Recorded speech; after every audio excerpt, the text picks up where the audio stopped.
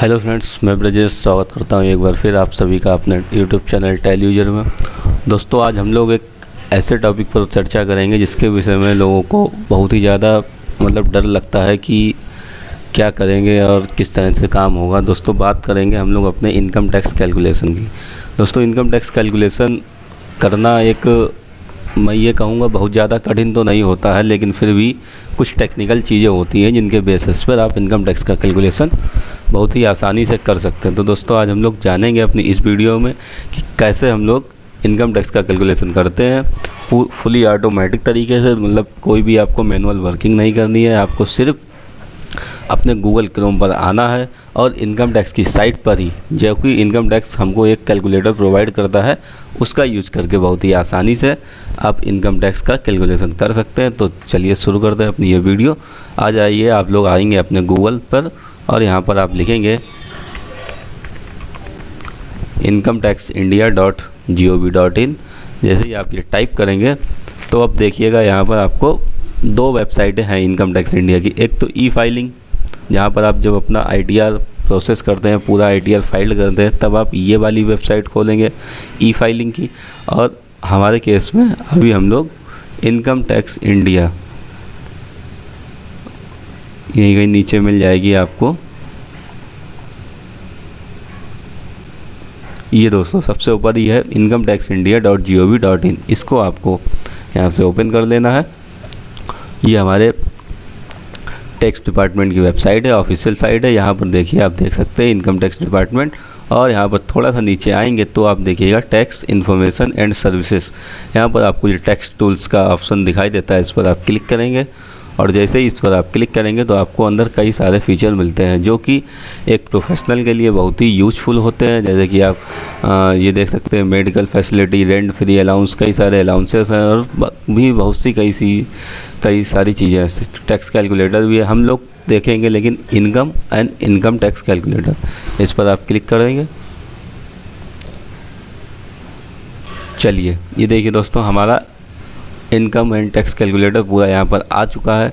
और पूरा एजेटिक, जैसे आप ITR भरते हैं उस समय जो आपको ऑप्शन वहाँ देखने को मिलेंगे, ज़्यादातर ऑप्शन सेम आपको यहाँ भी वही देखने को मिलेंगे। इस कैलकुलेटर के यूज करके आप बहुत ही आसानी से अपने टैक्स का कैलकुलेशन कर सकते हैं। और दिखा दूँ मैं उनको, इसमें आपको क्या क्या और मिल जाता है ये देखेंगे।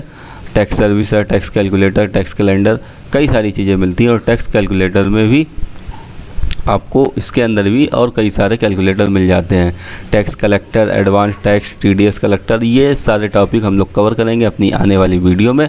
अभी हम लोग देखेंगे सिर्फ इनकम एंड टैक्स कैलकुलेटर, कितनी आपकी इनकम है और उस पर कितना टैक्स पड़ेगा। एक जो सामान्य इंसान होता है, जनरल व्यक्ति, उसके लिए ये करना बहुत ही कुछ कठिन हो जाता है, लेकिन वह इस कैलकुलेटर का यूज करके बहुत ही आसानी से ये जान सकेगा कि फाइनली उसको कितना टैक्स देना है अपने टोटल इनकम पर। चलिए दोस्तों, बात करते हैं असेसमेंट ईयर। असेसमेंट ईयर दोस्तों वह होता है जो आपका फाइनेंशियल ईयर 19-20 के लिए असेसमेंट ईयर 20-21 माना जाएगा। और चूँकि हमारा अभी फाइनेंशियल ईयर 19-20 ख़त्म हुआ है, तो हम लोग 20-21 के लिए देखते हैं क्या है असेसमेंट ईयर। ये हो गया। टैक्स पेयर इंडिविजुअली रहेगा। दोस्तों, ये जो कैलकुलेटर आपको दिया गया है ये सिर्फ इंडिविजुअल के लिए दिया गया है।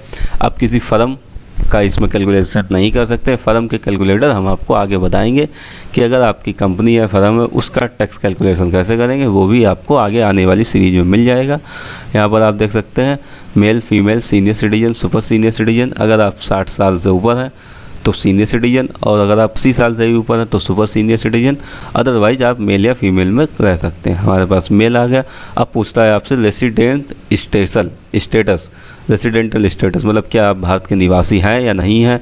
अगर हैं तो कितने हैं। मूल निवासी होते हैं, 3 कैटेगरी में बांटा गया है, निवासी, अनिवासी और मूल निवासी। हमारे केस में निवासी हैं। आपका जो भी हो वो आप यहाँ पर लिख दें। अब देखिए दोस्तों, पहला सोर्स जो होता है इनकम का, वो आपसे यहाँ पर पूछ रहा है इनकम फ्रॉम सैलरी। ये आपसे पूछ रहा है कि सैलरी से जो भी आपको इनकम हो वो आप 50,000 घटा करके यहाँ पर लिखें। लेकिन मैं आपको एक चीज़ और बता दूँ, ये मैं पिछले साल की 20-21 की कर रहा था, लेकिन अब आप लोगों को 21-22 की करेंगे। या 21-22 की करेंगे तो यहाँ पर एक ऑप्शन ये मिल जाएगा आपको 115 BAC। अब दोस्तों ये 115 BAC क्या है, ये 115 BAC आपका जो है हमारे बजट में निर्मला सीतारमन जी ने इनकम टैक्स की 2 स्लैबों में बांट दिया है। ये आपको यहाँ पर दिख रहा होगा, मैं आपको अभी दिखा दूँ। ये देखिए दोस्तों, न्यू स्लैब इनकम टैक्स और ओल्ड स्लैब इनकम टैक्स। अगर आप ये वाला ऑप्शन यस करते हैं 115 BAC, तब आपको इस स्लैब के अनुसार कैलकुलेशन होगी। लेकिन जो नई स्लैब है इसमें आपको कोई भी डिडक्शन नहीं मिलता है, ATC का, ATD का। आप सिर्फ जितनी भी इनकम हो उस पर 5%, 10%, 15% जिस स्लैब में आप आ रहे हो वो आपका टैक्स का कैलकुलेशन हो जाएगा विदाउट एनी डिडक्शन, अगर आप इसको यहाँ पर यस कर लेते हैं। तो हम लोग भी यस में ही चलते हैं, और मैं आपको नो में भी अभी बता दूंगा क्या होता है नो में। चलिए ये हो गया यस। अब आप देखिए ये 40,000 हट गया। अब आपसे टोटल इनकम पूछ रहा है, income from salary before exemption and deduction. अगर आप इसको यहाँ पर नो कर देंगे तब आपको 50,000 का डिडक्शन मिल जाएगा।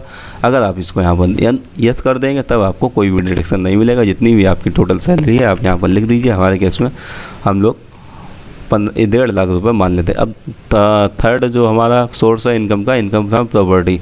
अब आपसे ये पूछ रहा है सर क्या आपकी कोई प्रॉपर्टी से भी इनकम है, हाउस रेंट वगैरह कुछ है, तो आप जैसे ही यहाँ पर शो डिटेल करेंगे इसके अंदर कई सारे ऑप्शन आपको देखने को मिलेंगे। पहला आपका है इनकम फ्रॉम लेआउट प्रॉपर्टी।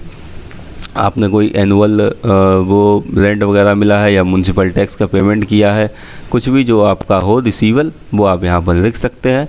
और लेआउट हो गया आपका, यहाँ पर नेट आ जाएगा, डिप्रिसिएशन कट जाएगा, 3% डिडक्शन भी अपने आप कट जाएगा। इसमें आपको जो भी डिडक्शन होगा वो ऑटोमेटिक कट जाएगा, आपको काटने की कुछ भी ज़रूरत नहीं है। इंटरेस्ट अगर आपने ले रखा है तो हाउस लोन पर इंटरेस्ट यहाँ पर लिख देंगे। इनकम फ्रॉम आपकी नेट इनकम आ जाएगी जितनी भी हाउस प्रॉपर्टी से होगी। चलिए हम लोग लिख लेते हैं अपनी एक्चुअल में जो हमको रेंट मिला है, रेंट रिसीव्ड 2 लाख रुपीज़ का रेंट हम लोग एज्यूम करते हैं। ये देखिए दोस्तों 2 लाख रुपए का रेंट मिला। अगर आपने कोई म्यूनसिपल टैक्स दिया है वो आप यहाँ पर घटा दीजिए तो आपका ये आ जाएगा नेट। और इस नेट जो रेंट होता है इसमें 30% का आपको डिडक्शन मिलता है, तो 60,000 डिडक्शन हो गया। 1,40,000 आपकी हाउस प्रॉपर्टी से इनकम हो गई जो आपको यहाँ पर आ गई। अब दोस्तों बात करते हैं कैपिटल गेन की। कैपिटल गेन में भी ये देखिए आपको कई सारे ऑप्शन मिलते हैं, लेकिन दोस्तों कैपिटल गेन एक टेक्निकल होता है। अगर आपके पास भी कैपिटल गेन की इनकम है, जैसे आप शेयर में ट्रेड करते हैं, आपने कोई मकान खरीद करके बेचा, उसमें जो कैपिटल गेन या कैपिटल लॉस हुआ, तो ये डिटेल भरने के लिए मैं आपको सजेस्ट करूंगा कि आप किसी प्रोफेशनल से कंसल्ट कर लें। वो आपको पूरा सही से इसका नॉलेज दे देगा कैपिटल गेन का, या आपकी इनकम जो भी कैपिटल गेन में होगी वो आपको सही से बता देगा किस साइड में जाएगी, कहाँ जाएगी और कितनी इनकम चार्जेबल है टैक्स में। अब बात करते हैं income from other source. Other source की इनकम की बात कर लेते हैं। आपको सेविंग का इंटरेस्ट होगा, FD का इंटरेस्ट होगा, जो भी आपका है वो आप अदर सोर्स में लिख दीजिए। हमारे केस में 50,000 रुपये हमने सेविंग बैंक FDR सबका जोड़ के लिख लिया था। कमीशन अगर आपको कोई मिलता है तो वो आप यहाँ लिख देंगे। अगर आपको कोई ड्रीम 11 या विनिंग लॉटरी लाइक जितने भी गेम चलते हैं ऑनलाइन, इनसे कोई आमदनी है तो आप यहाँ पर लिख सकते हैं उसको, ठीक है।